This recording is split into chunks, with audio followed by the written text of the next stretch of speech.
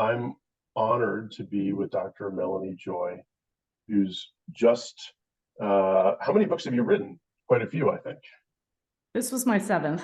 7 book, right? So, How to End Injustice Everywhere, which is a provocative title, but pretty crucial given what we see in the world today. And I can't think of anyone with a broader set of knowledge to write such a comprehensive, demanding text.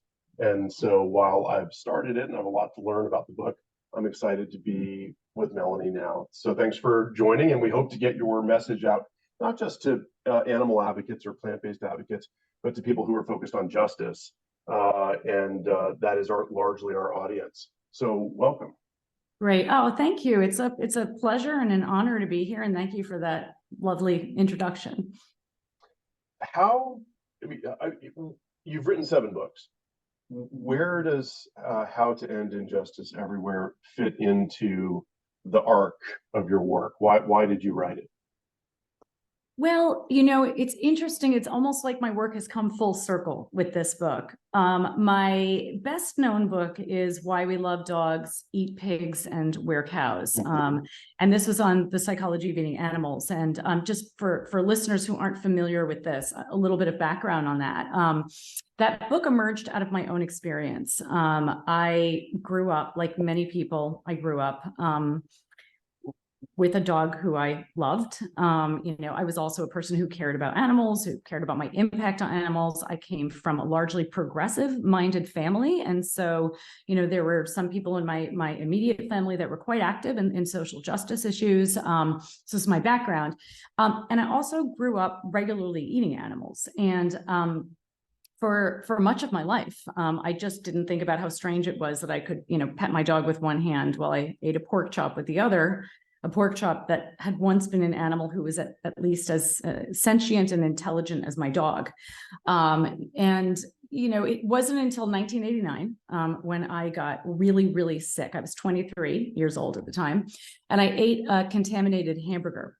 And I wound up in Beth Israel Hospital on intravenous antibiotics. And I never ate meat again. And it wasn't, at the time, it wasn't some sort of conscious decision not to participate in harm or anything like that. I was just so disgusted by the last thing that I had eaten that had made me sick. And so I had to learn about how to cook for myself and shop for myself. I kind of had become a vegetarian by accident.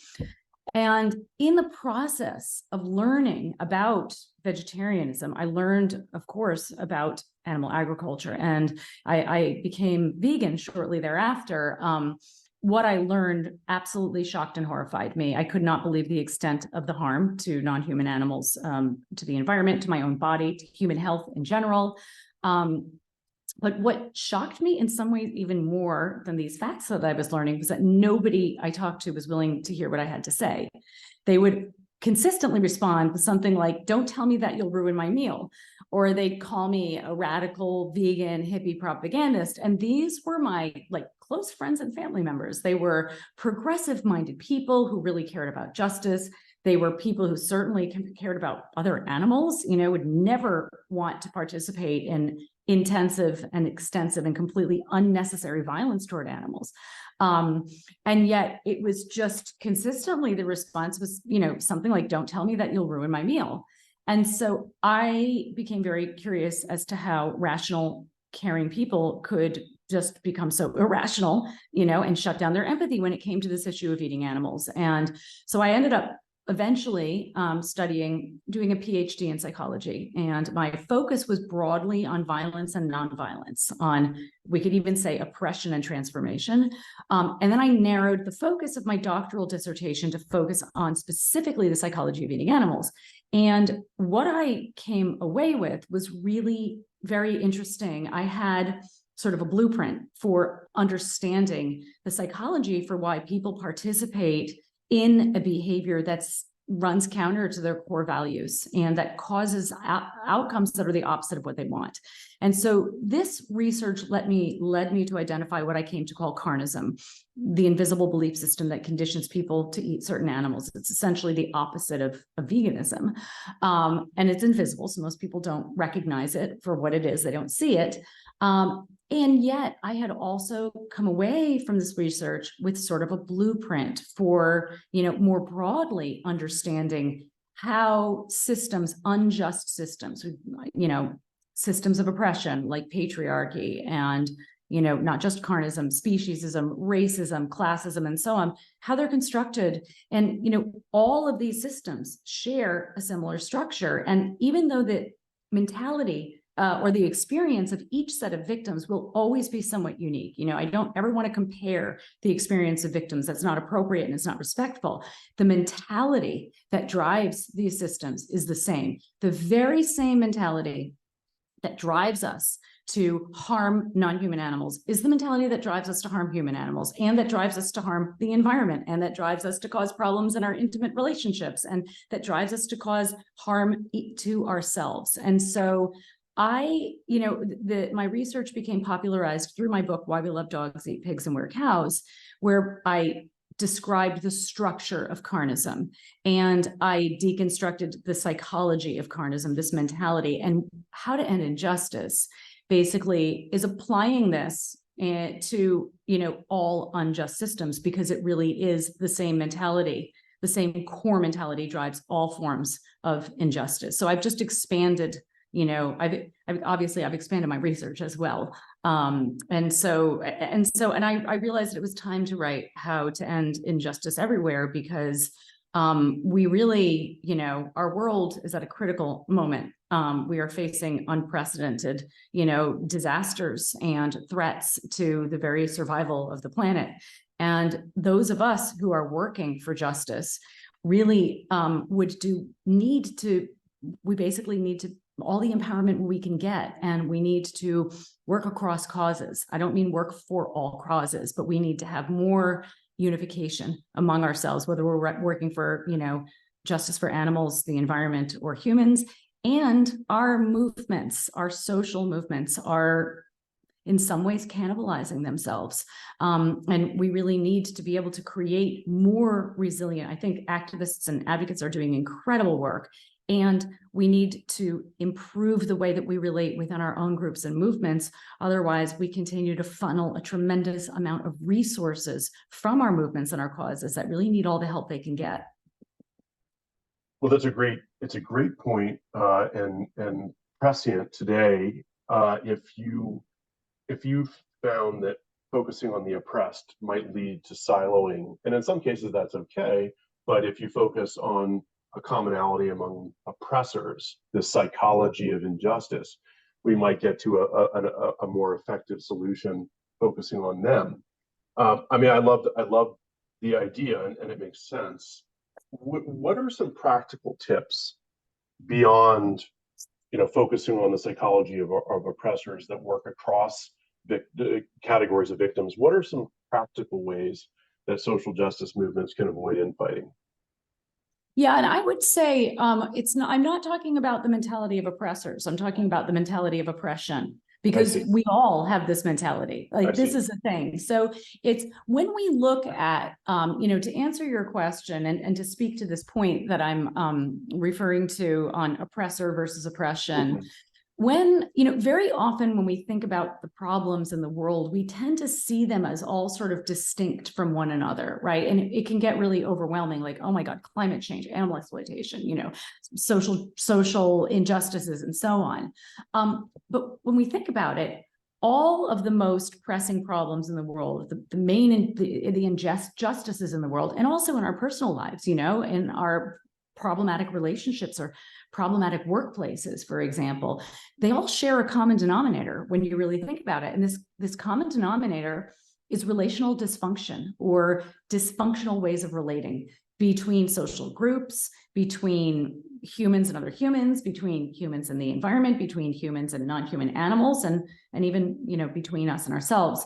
We're always relating to ourselves. Our primary relationship is actually with ourselves through our self-talk, for example, or the choices that we make that impact our future selves. And so a common denominator is relational dysfunction, and therefore a common solution is building what I call relational literacy, which is the understanding of an ability to practice healthy ways of relating.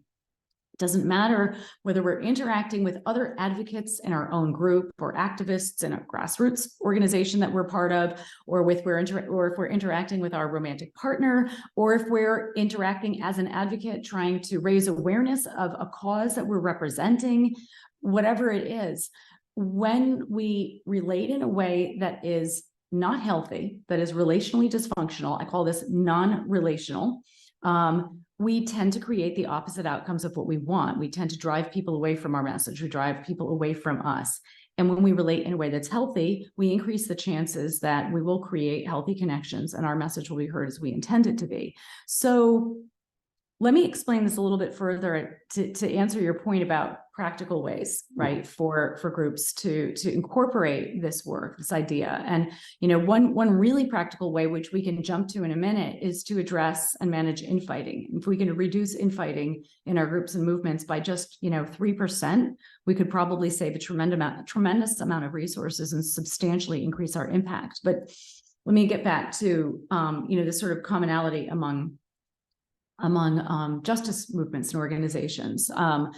So relational literacy is based on a number of principles and tools that can be learned by anybody who really wants to learn them. And I would recommend that everybody builds relational literacy because it literally changes your life and helps you to contribute to the kind of world that we all want to have. But all of these principles and tools are based on one core formula. I call this the formula for healthy relating. And the formula is this: in any interaction or relationship, relationships are really just a series of interactions, and communication is the primary way we relate. So I'm including communication in this. In any interaction, when we practice healthy relationality, or the formula for healthy relating, we practice integrity and we honor dignity. And this leads to a sense of security and connection. So I'm going to unpack this for a second.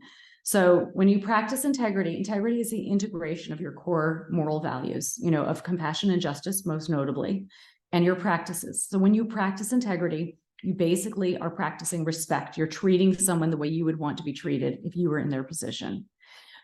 Dignity is one's sense of inherent worth. So when you honor dignity, you are recognizing the other as worthy of being treated with respect and of occupying space on this planet. When you practice integrity and honor dignity, this leads to a sense of security and connection. And like most things in life, this formula exists on a spectrum. It's not that an interaction is either healthy or unhealthy. It's more or less so. On the healthy side of the spectrum are what I call relational attitudes and behaviors. They reflect the formula. On the unhealthy side are what I call non-relational behaviors. These behaviors do the opposite. They violate integrity, harm dignity, and lead to a sense of disconnection and insecurity.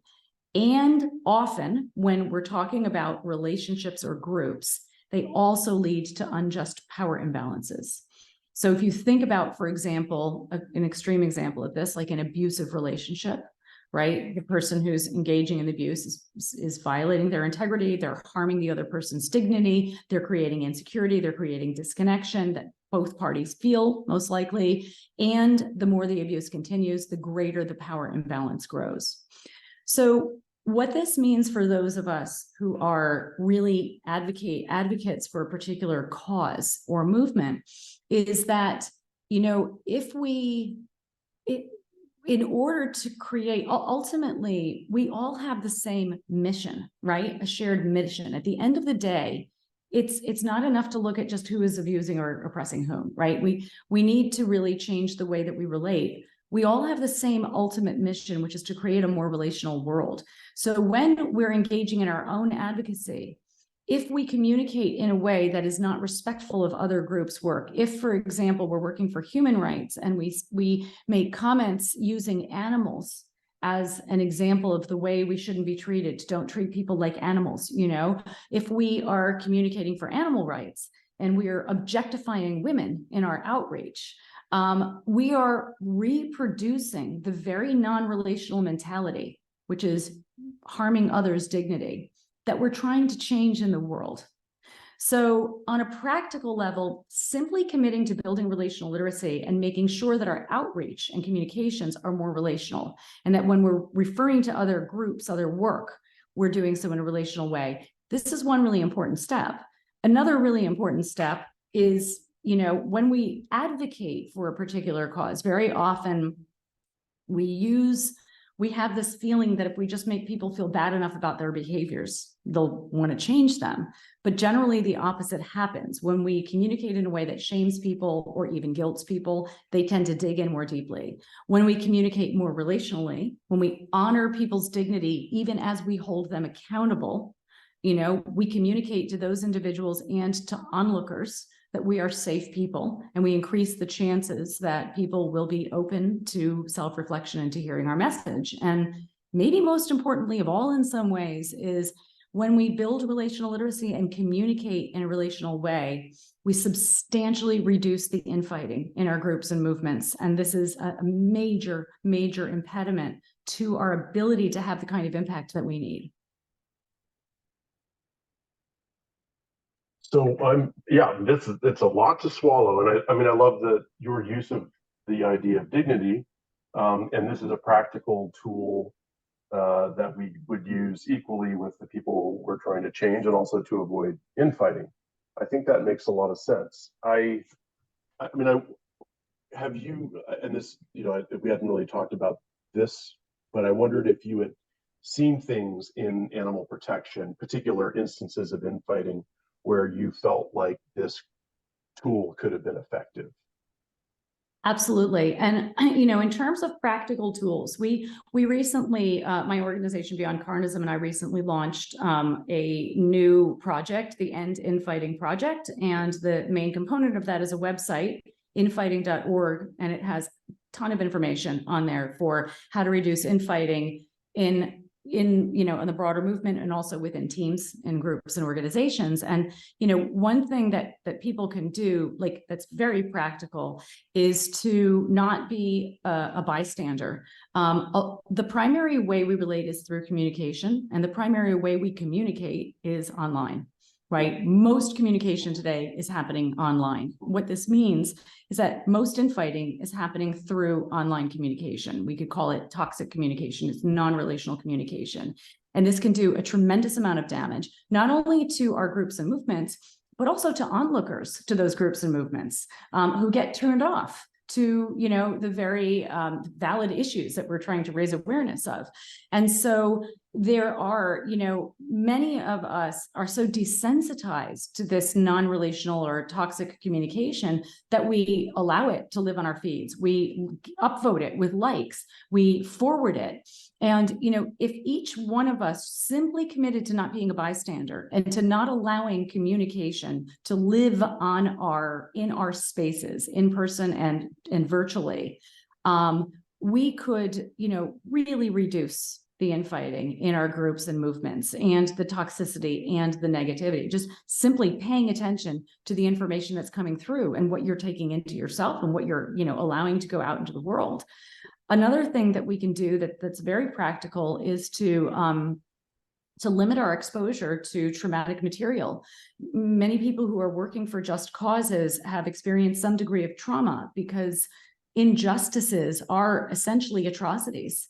And, when you become aware of an atrocity, you can easily become traumatized by that. And, you don't have to have trauma with a big T to be impacted by this.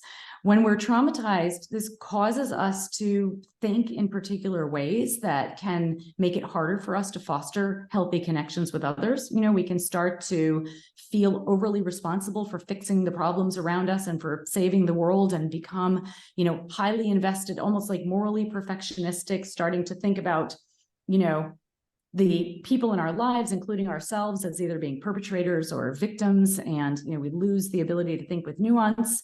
And it also, when we're traumatized, and even when we're not traumatized, even simply by virtue of being awake to the fact that we're living in the midst of so much injustice, we can become what's called dysregulated. When we're dysregulated, that means our nervous system is out of balance. I mean, we're all dysregulated off and on throughout the day. That's just sort of like a normal part of being alive. The problem is that when we don't recognize dysregulation for what it is, and when it becomes chronic, which it does for many people who are advocates for just causes because of what we have to deal with. And, it really messes with your head when you're aware of what's actually going on in the world. And the fact that so many people are participating in these atrocities. Many of us are dysregulated and chronically dysregulated. And when you're dysregulated, this basically means that you have, as I said, your nervous system is out of balance. There's a charge inside of you, right? You could be overstimulated. You could be slightly anxious, slightly angry, slightly irritable. You could be extremely dysregulated. You could be mildly dysregulated. In any case, when you're dysregulated, what this means is that you are less rational, you have less access to your rational faculties, and you're also less connected to your empathy. So you're harder to engage with, and you're likely to dysregulate other people because dysregulation is contagious. So when you learn, your own symptoms of dysregulation, what they look like, how they show up in your body, what things tend to trigger you into dysregulation, what things work for you to help you self-regulate, get back into a state of regulation, you can immediately become proactive on reducing the amount of dysfunction in whatever group or movement you're a part of, whatever relationship you're a part of. See, and the exposure to information that would cause any reasonable person to, develop anger, that's common among social justice advocates. It's because it's the evidence that we use to make our demands. I wonder how, specifically focusing on anger, one of the common things in the animal rights movement is to talk about anger and optimism as provoking anger in the listener and then giving them some optimistic way out of that anger that probably leads to an action item for animals is common. But I also hear you saying that anger might be a little toxic. So I wonder how we balance that. Yeah, I mean, it's a good question. So let's just look at anger and not provoking anger to start with.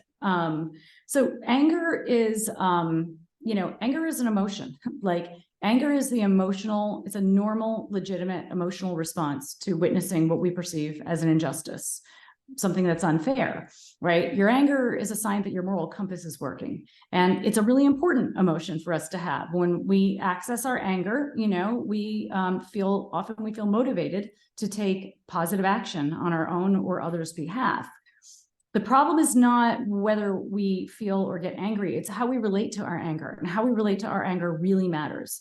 So when we relate to our anger in a healthy way, we recognize it for what it is. And what it is nothing more nor less than an emotion that's giving us information, which is that we are witnessing what we perceive as an injustice. And it is a data point. It's an emotion that is a data point. When we relate to our anger in a healthy way, we can use it in a healthy way for proactive change. When we relate to our anger in an unhealthy way, we have become blended with it. In other words, like the anger has kind of gotten to the point where it's consumed us. We and the anger are one, rather than having distance from it where we feel it, but we can also see it and identify it for what it is. We have become merged with it, right? We're looking at the world through the lens of our anger. And often our anger also has the charge of contempt. Contempt is the feeling of being morally superior to others. When we're in a position of contempt, we have placed ourselves in a position of moral superiority to others. And studies have shown that contempt, not surprisingly, is the one emotion most likely to destroy relationships. When you're on the receiving end of somebody's contempt and you feel that they're looking down on you, thinking that you're less than, contempt causes us to harm the dignity of others, to not perceive them as having inherent worth, as being as worthy as, others or we are of being treated with respect. Contempt is very, very disconnecting, and contempt drives us to engage in non-relational behaviors, and non-relational behaviors are typically shaming. The flip side of contempt is shame. Contempt is feeling superior and shame is feeling inferior. So when we're in a position of contempt, we tend to engage in these non-relational behaviors that create disconnection and insecurity and are shaming, and that drive people away from us. And this is often other advocates that we drive away for expressing contempt toward them, or we're expressing contempt in our outreach. You know, most people are not going to be open to or willing to hear what we have to say. So in terms of inspiring anger in the people we're reaching out to, I'm not sure, you know, whether we actually need to aspire to create a particular emotional outcome in somebody else. I think that when we communicate our message in a way that it honors the other person's dignity and in a way that is clear and objective, it provides the information that's necessary for them to take positive action, and we give them concrete action steps to take and provide reasons, you know, for why they would want to change, you know, to motivate them to want to change. And what research has shown is the most effective way to get people to change behaviors is to motivate them to want to change those behaviors. You know, then their own emotional response will be whatever their own emotional response is. Maybe they'll get angry, maybe they'll get sad, maybe they'll get both, maybe they'll get anxious, maybe they won't feel anything. This, I mean, it resonates personally. I did canvassing for the John Kerry campaign, and I found that if I elevated the person I was speaking to a level of equal dignity, the conversation went very differently. And so your this concept of relational, you know, the other person's there, so that's a relation. If it's just you and you're, you know, elevating yourself, there's not a relation. This concept of relational thinking, you suggest what you would call, I think, a meta mission.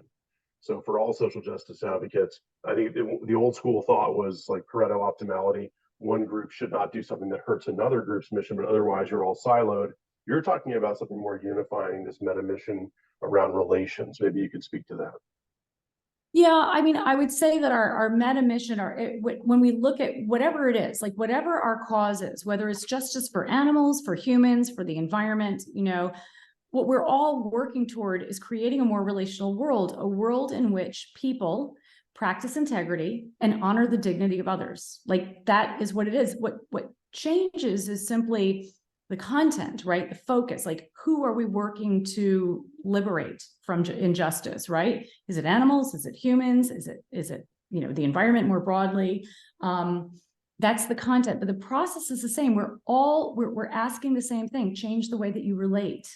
You know, when we relate to non-human animals in a way that is against the formula, right? We harm their dignity, we harm them. We end up with, you know, disconnection, insecurity, unjust power imbalances. And so this is our ultimately, you know, if we fail to pick out the common threads that are woven through all unjust systems, we're just going to keep recreating injustice in new forms, because at the core of all of these systems is the very same mentality. The same mentality that causes us to harm animals causes us to harm humans. So we really need to we need to change the way we think. Ultimately, we need to change the way we think. And if we, you know, there's a core belief that drives non-relational behaviors, whether those are non-relational behaviors that are expressed through a system like racism or speciesism or patriarchy, or non-relational behaviors that an individual carries out toward somebody else in their life, who they're angry at or whatever. All of these behaviors reflect a core belief. And this is the belief, I call this the belief in a hierarchy of moral worth, that certain individuals or groups are more worthy of moral consideration, of being treated with respect, than others. If you think about every system that is an unjust system, this belief is at the core. If you think about every act of injustice, you know, every act that's non-relational, that violates the formula, this belief is at the core. We would not be able to publicly berate somebody we disagree with and shame them if we weren't thinking of them as unworthy, you know, or less worthy of being treated with respect.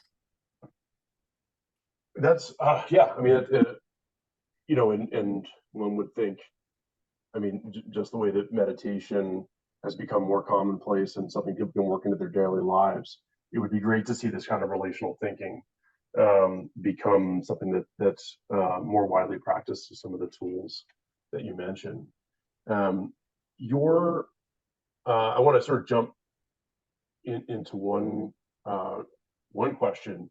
We floated out this idea of parenting, of having children and parenting, and I wonder how this relational concept can work in that way. I mean, that the one question, I think the easiest one is there's still a significant presence of child abuse.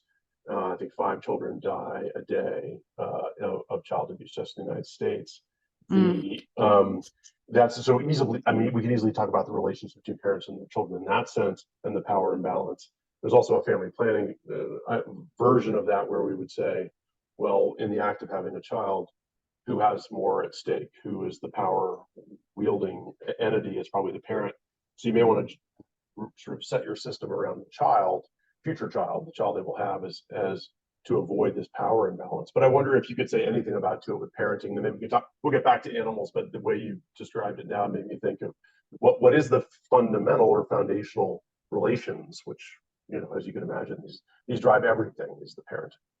Yeah, I mean, it's a big question, and I think you can parent in a way that reflects the formula, that's relational. You can parent in a way that's non-relational, and I'm sure most all parents recognize that. And I want to say this, like when I talk about the formula, I don't want this to be an all or nothing sort of equation, like and to promote some idea of perfectionism, because nobody practices this perfectly. And people who are parents, probably all have in their mind, I want to practice integrity and like honor to the dignity of my child. I want to create secure connections and secure connections. So I think there are a lot of ways to come at this, but one way to think about it is just even the question whether to have children in the first place, like whether to procreate in the first place, it's a question that I think a lot of people, and I know that you guys talk about this, don't give enough thought to.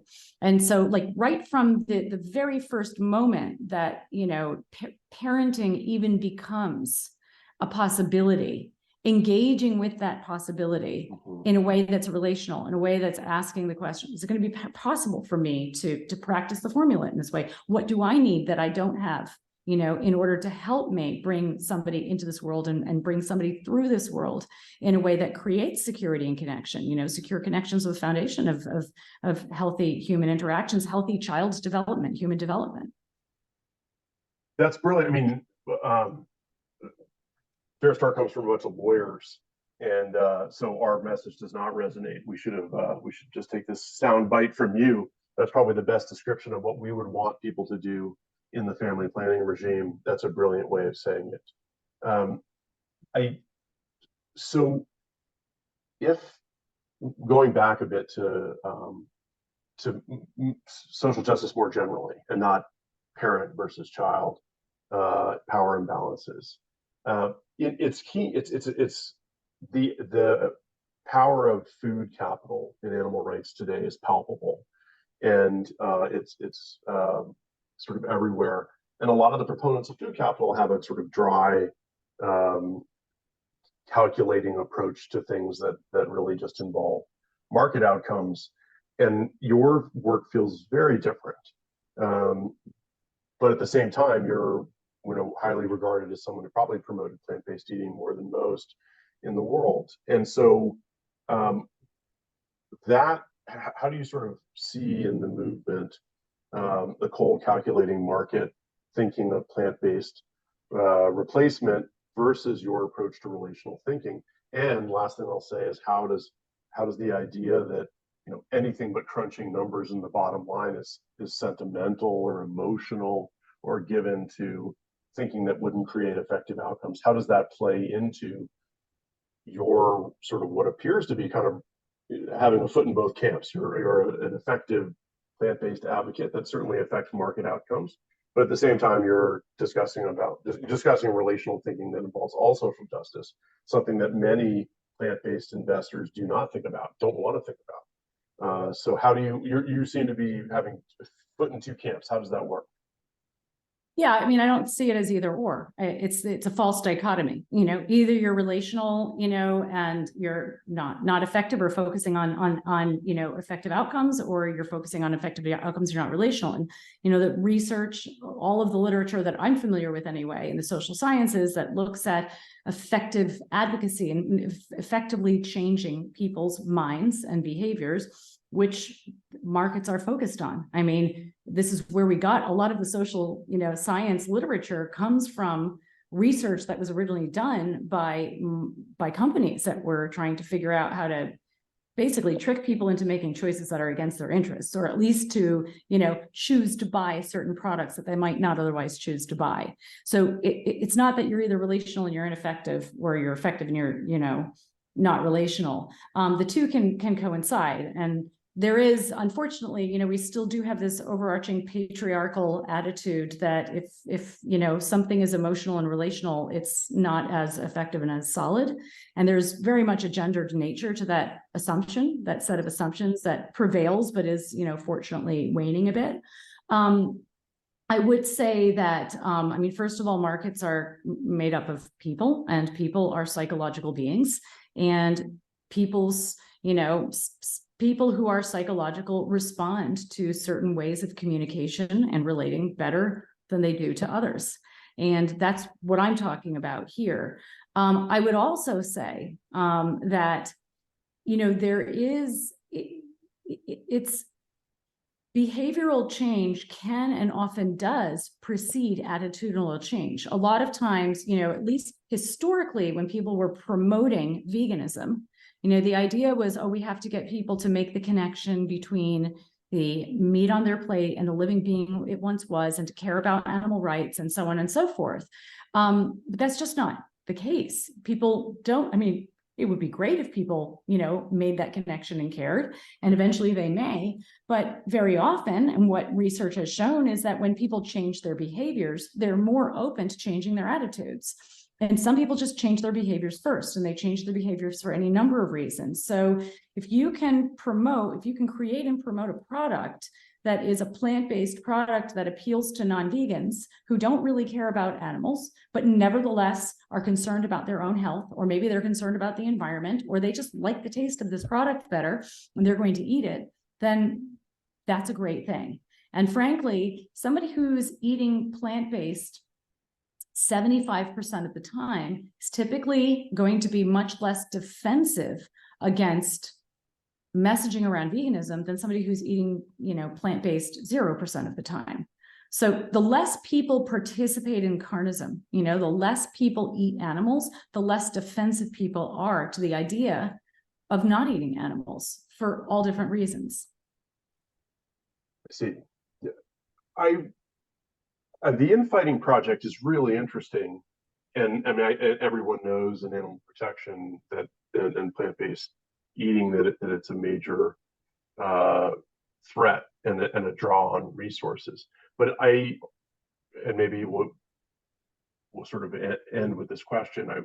What do you see using relational thinking to end infighting is great, but it also could be that your approach to relational thinking could build massive alliance between animal protection and racial justice, labor justice, gender justice, not just cure infighting, but create these crucial connections. And you know, this is an important interview. I wanted to learn much about your thinking, because DXE is a client of mine, and a lot, you know, their approach is different than a lot of other approaches. But one of the some of the research from Animal Think Tank and from Fauna and others suggest that alliance building may be the most important thing when it comes to success of political or social justice movements.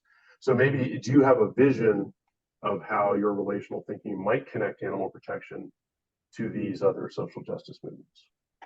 Definitely, and it's one of the reasons that I wrote How to End Injustice Everywhere, because I completely agree with you. I think at this point, you know, we are really selling ourselves short. We're missing out on tremendous opportunities because we don't have alliances that we could otherwise have.